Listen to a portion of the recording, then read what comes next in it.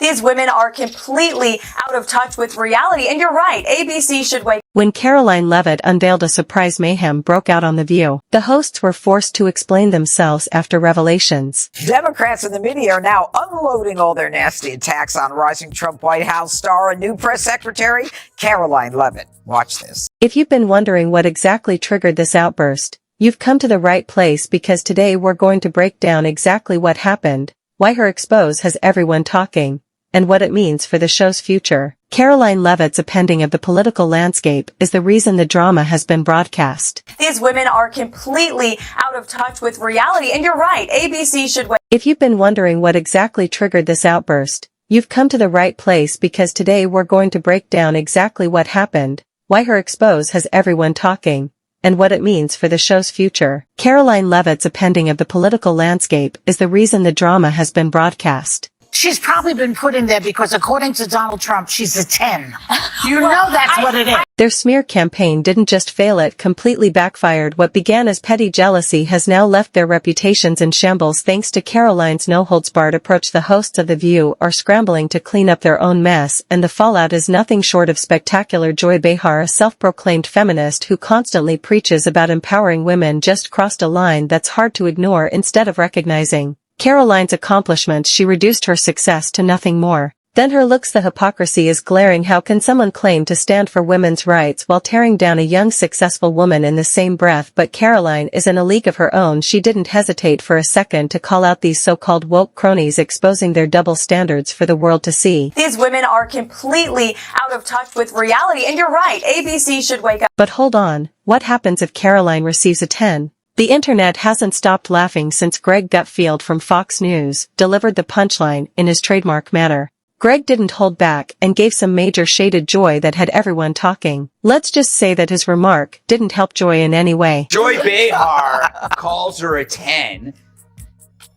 I mean, how dare she objectify a woman with a sexist rating system, but it's such a typical thing from a 1.5. However, Karoline didn't stop at Joy Behar. She also had some choice words for the Democratic Propaganda Day hires. She made it very clear that they have two choices: either ride the Trump wave or fade into obscurity, because, once Trump is done with them, they won't have any scandals or media-driven diversions to keep them in the spotlight without their typical propaganda machine spinning narratives. Their so-called relevance is on borrowed time. The Democrats can either get on board, or they can prepare to lose another election just like they did on November 5th. They felt every bit of that reality check, and based on the astonished silence on The View, it's obvious to anyone with eyes. Following Joy Behar's offensive comments, The View panel is merely envious that someone younger, more intelligent, and truly worthy of the limelight is surpassing them. In an attempt to create a new story that left Americans in shock,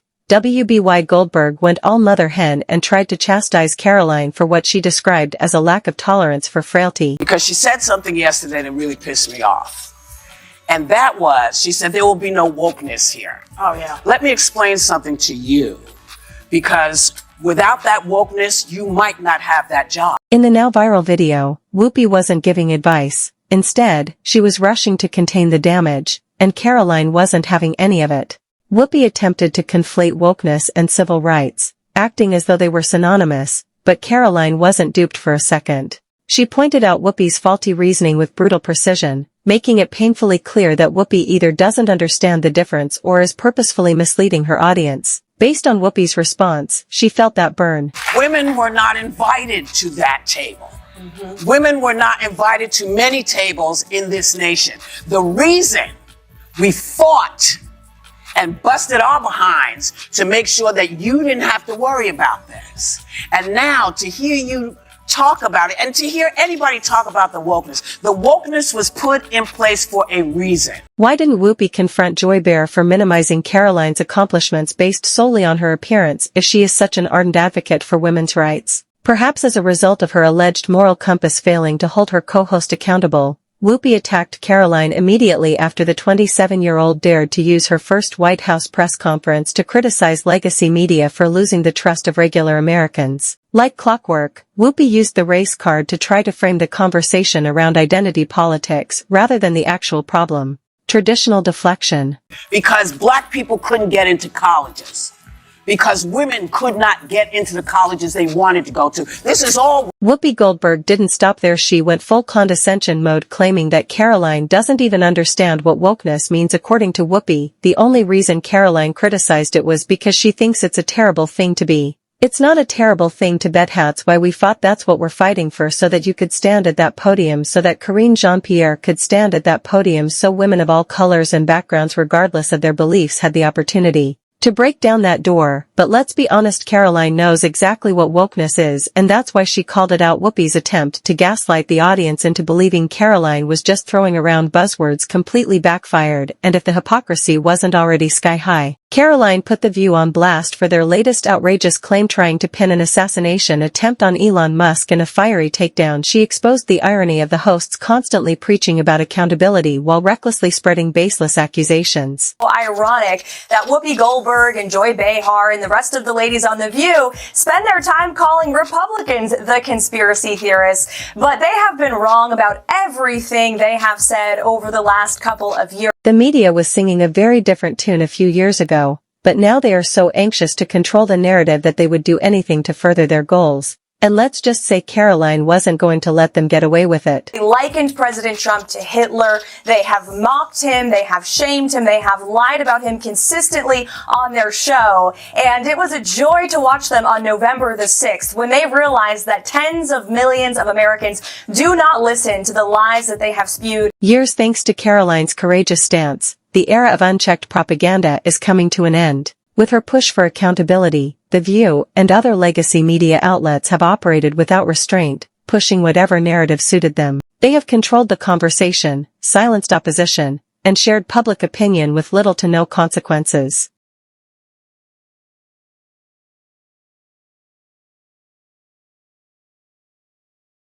And let's be real, that's their worst nightmare. Without the ability to spin the truth freely, their entire playbook starts falling apart. Karoline Leavitt just flipped the script on legacy media, and The View is absolutely losing it. She announced a game-changing shakeup in the White House press pool, introducing a new media section to hold traditional outlets accountable for years of biased reporting and outright misinformation about President Trump. We will call you out when we feel your reporting is wrong, or when misinformation is spread about this White House. Lev stated for decades the Associated Press and the White House Correspondents Association have controlled the room, dictating who gets to ask questions and what narratives get pushed, but not anymore. Karoline made it crystal clear these legacy media outlets will no longer run the show unchecked. Instead, 2 front row seats once reserved for White House staff will now go to new media, voices who actually challenge the establishment. And if that wasn't enough to send The View into a meltdown, she also restored press passes for 440 journalists who were wrongfully revoked under Biden's administration. Doesn't surround himself by anybody smart. And Joy Behar and those guys, of course this was going to happen. This is why conservative women just have to move on, do their thing, and not worry about the criticism from folks like at The View. And we are expecting the media to be hostile. While many praised this push for transparency, The View panel had a very different reaction because, let's be honest, the last thing they want is a press corps that actually challenges their narrative. Starting today, this seat in the front of the room, which is usually occupied by the press secretary's staff, will be called the new media seat. Karoline announced, "My team will review applications and grant credentials to new media applicants who meet our criteria and pass United States Secret Service requirements to enter the White House complex." And right on cue, The View panelists completely lost it. Sunny Hostin scoffed at the idea of new media reporters being qualified to attend briefings, acting as if only the legacy media elites deserved a seat at the table. Then Whoopi chimed in with her usual holier-than-thou attitude, warning that under the new administration people would just spout stuff. "I don't always like the way they do it, but we have to have ourselves together. We can't just say stuff, in spite of what they tell you. We can't just spout stuff, so I want that for everybody." Oh, the irony. For years mainstream media including The View has done exactly that, pushing half-truths, twisting narratives, and spouting whatever fits their agenda. But now that Karoline Leavitt is actually holding them accountable, suddenly Whoopi wants to talk about standards. Give me a break. She was conflating 2 ideas. This word wokeness didn't look like she really understood what it meant, or certainly the way Karoline Leavitt meant it when she made that statement, and she was conflating it with civil rights and how, women didn't have the right to vote or own property and all of that. That has nothing to do with wokeness, which is, of course, about putting people in there because of their immutable characteristics rather than the merit that they bring to the table. At the end of the day, this isn't really really about journalism or ethics, it's about attention. The hosts of The View thrive on being in the limelight, dictating what the public should think, but now millions of Americans are ditching traditional media for alternative sources. And that's the real reason they're panicking. For the first time in years, they're losing control of the narrative, and they hate it. Karoline Leavitt, the 27-year-old history-making press secretary, didn't hold back in calling out the legacy media for losing public trust. We know for a fact that many legacy media outlets in this country have pushed lies about this president and his family, and we will not accept that. She stated, "We will call you out when we feel your reporting is wrong or when misinformation is spread about this White House." And now The View is finally feeling the heat. For years they've had the luxury of running their mouths without any real pushback, spreading misinformation, smearing political opponents, and gaslighting their audience. But those days are officially over. Now someone is keeping them in check, and that someone is Karoline Leavitt, the press secretary who just put the entire legacy media on notice. And let's not forget who Karoline replaced: Karine Jean-Pierre, who made sure to remind everyone at every opportunity that she was the first Black immigrant woman to hold the role, as if identity alone qualifies someone for the job. But competence speaks louder than labels, and Karoline has proven that real leadership isn't about ticking diversity boxes, it's about holding power accountable and speaking for the American people. Even Jen Psaki, Jean-Pierre's predecessor, wasn't a fan of the administration's repetitive messaging, calling it diminishing, yet The View continues to play the identity card, hoping no one notices how hollow their arguments really are. But Karoline, she's not playing that game. She's here to do the job and do it well. Still, The View wasn't done embarrassing themselves just yet. After failing to take Karoline down with their cheap shots, they tried to trap her with a classic gotcha question about illegal immigration. They thought they had her cornered. They thought she'd fumble. Spoiler alert, she didn't. Of the 3,500 arrests ICE has made so far since President Trump came back into office, can you just tell us the numbers? How many have a criminal record versus those who are just in the country illegally? All of them, because they illegally broke our nation's. When Karoline flipped the script and reminded them that Trump's America prioritizes law-abiding citizens over those who break the law, their entire argument collapsed. However, rather than acknowledging their mistake, they doubled down with even more desperate attempts to spin the narrative. They wanted her to acknowledge that Trump's policies would somehow be unfair to illegal immigrants. This administration goes. I know the last administration didn't see it that way, so it's a big culture shift in our nation to view someone who breaks our immigration laws as a criminal, but that's exactly what they are. They enjoy pretending to be concerned about justice, but let's face it, this wasn't about protecting immigrants. Rather, it was about advancing their stale left-wing narrative and attempting to dissuade a woman who was far too intelligent to fall for it. Oh, she's having a great time watching them try. And I loved it. You know why? Because I work for a president who is getting things done, who is delivering on the promises he made to the American people. Here's the thing. Karoline isn't just taking on The View, she's taking on the entire legacy media machine, and she's doing it with a smile on her face. She knows exactly what she's doing. And she's not just standing her ground, she's enjoying every moment of watching these so-called media elites struggle to keep up. Karoline is revealing their complete playbook, not just the viewpoint. There is so much good news, so much winning out of the Trump White House right now that the mainstream legacy media can't keep up with it. She has spent years ensuring that everyone else plays the game the way she does. Karoline is shutting it down in real time, and the best thing is that the more they attempt to retaliate, the more they demonstrate her argument in a decisive blow. Legacy media has manipulated the narrative and twisted facts to suit their goal. Karoline revealed the real truth. The View is now totally lost because they have been so focused on appeasing the left.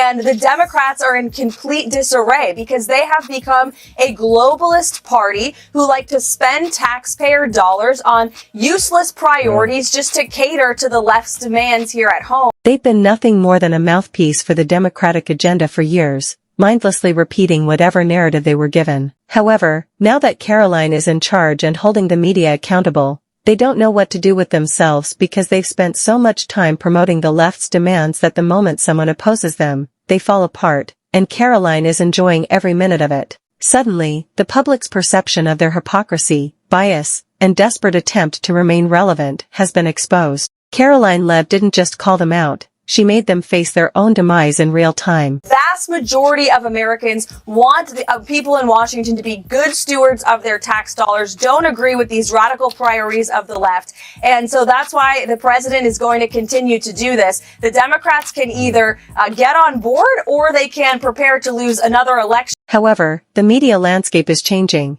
and this is only the beginning. The question is, how much longer can they keep up this charade? Legacy outlets like The View are frantically trying to gain control and are failing miserably. Do you think that mainstream media dominance is coming to an end, or will they find a way to regain it? Let me know in the comments below, and if you want more brutal breakdowns like this, don't forget to like, subscribe, and hit the notification bell. This battle is far from over, I assure you.